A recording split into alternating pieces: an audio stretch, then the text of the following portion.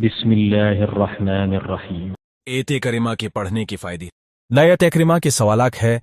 इसको पढ़ने का तरीका यह है कि रोज़ाना एक वक्त मंजर कर की बावजो हालत में आसानी के साथ जिस कदर पढ़ सके इस तादाद के मुताबिक, मिसाल तौर पर अगर रोज़ाना 5000 मरतबा मुकर्रर कर किया ही तो फिर 25 यौम में इसकी ज़कात पूरी हो जाएगी और अमल कब्ज़ में आ जाएगा। अगर किसी को कोई परेशानी लाहक हो गई हो या कोई मुश्किल या मुसीबत मुब्तला हो आ गया हो या ऐसा शदीद खतरा पैदा हो गया जिससे जाने और माली नुकसान हो जाने का इंदेशा हो, तो चाहिए कि चंद एहतखास बावजो हाले में मस्जिद में या घर में मुलकर बैठ जाए और एक शब में सब मुलकर पढ़ी और फिर सब मुलकर ये है मकसद के हुसूल के लिए दुआ मानग यकीनन बारी ताला दुआ जरूर कबूलियत का शरफ हासिल करेगी, मुसीबत से नजात हासिल हो, ये परेशानी रफा हो जाएगी, हर आसान हो जाएगी।